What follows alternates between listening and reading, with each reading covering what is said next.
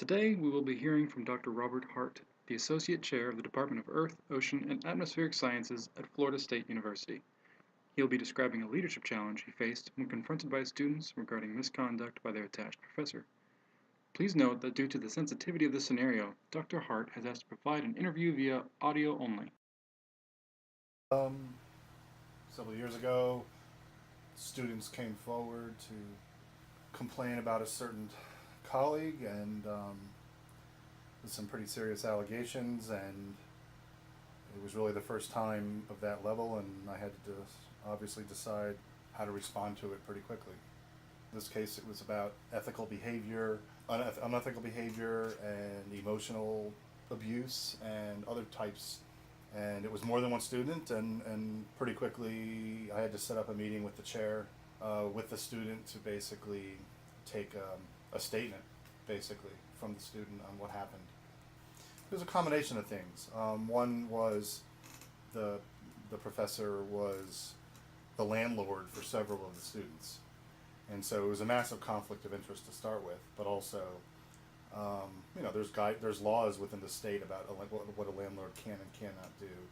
So there was outside of the academic environment, there was that going on. Then within it, unethical behavior about excessive expectations and work hours, unethical behavior in terms of not correctly and objectively presenting research results, but instead in a very biased way presenting them to give a better result than was really true, and was training the students to do that.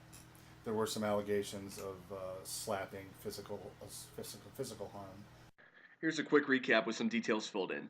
The professor in question was a Chinese exchange faculty member who abused her power over students financially, ethically, and physically by making them live as their tenants, manipulating research data, and even abusing them. Next, we'll hear from Dr. Hart what made him feel that he had the duty to intervene. Pretty clear that the moment stuff's going on, for the safety of the students and the protection of the students, but also because you never know where it's going to go down the road, you have to act right away to show also that any delay that may have occurred didn't make the situation worse, because you never know what else is going on that you don't know. As you heard, student safety was Dr. Hart's primary motivation to get involved, which leads us to our pillars of meta leadership. In the next clip, Dr. Hart discusses why students came to him as opposed to other professors. Try to pick out examples of leading down and up as Dr. Hart deals with this difficult scenario. Well, the students came to me. The faculty didn't pick me. I think I had developed a reputation by the students of one whom they could trust, one whom was fair in viewing situations as, where a student or a faculty member stepped over the line and would stand up for the student or stand up for the faculty member, however it was. And so they came forward to me, I think, because of just a collective history. I wouldn't say I was an impartial person on it, obviously, because this person was a student in the department and the faculty member was, but I did, the best as you could humanly do to be objective about it. But ultimately, in situations like that, my role in it was more of a facilitator and to get the students in contact with the right people. And once the independent council in the university took over, my role honestly was to step back, but obviously to keep a lookout for the students and to make sure there wasn't anything going on like pressuring or threatening or. In the last clip, you heard how Dr. Hart leads down by fostering a strong environment of trust that makes students feel comfortable approaching him with difficult problems. In the same clip, we heard an excellent example of leading up, as Dr. Hart acts as an important facilitator in getting his students connected with the proper channels to begin an investigation. Next, we'll hear how Dr. Hart leads across his department by helping peers navigate through and come to terms with the turbulence among the faculty. Obviously, there are other faculty that begin to then hear rumors of what's going on, and they come to me and ask, and obviously I can't share anything, it's protected information. So there's that, there's, protecting the privacy. Usually faculty have colleagues in all aspects of the department, and so sometimes it's also a matter of making sure that reporting it in a generic way such that other faculty are aware of making sure that they don't do the same thing. And that's a tricky thing. That's a really tricky thing to know how to communicate guidance without targeting one person. In the last clip, We heard how Dr. Hart respects the privacy of those involved in the investigation while also communicating important lessons learned to help colleagues avoid similar mistakes. This demonstrates how leading across can be done by setting a strong example of respect while also standing up to peer pressure and not gossiping or damaging the integrity of the investigation. In the next clip, we will hear how Dr. Hart leads beyond and the long-term effects of his actions regarding this scenario. Well, I mean, ultimately, it was a very lengthy investigation over an entire summer, and as a result of it, I would say that the faculty member ended up leaving the university. As a result of the faculty member leaving, when it was public notice, and it becomes public notice because obviously faculty are removed off of the department webpage, and students talk when they see, they hear people are gone. Former students were very happy.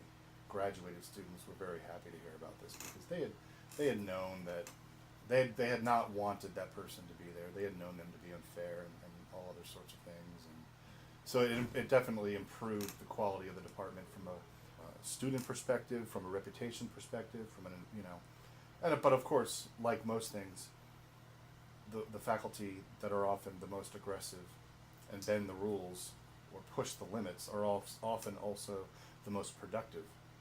And so we did lose a very productive member of the department in other measures, but it was far worth that cost.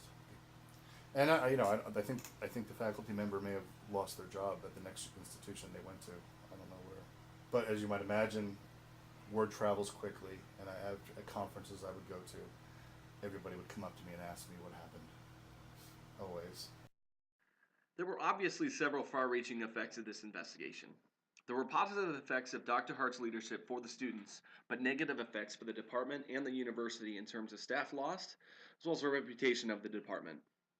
In the final clip, Dr. Hart will impart the important life lessons he took away from his experience, and how the rewards of standing up and doing the right thing will inevitably outweigh the risks.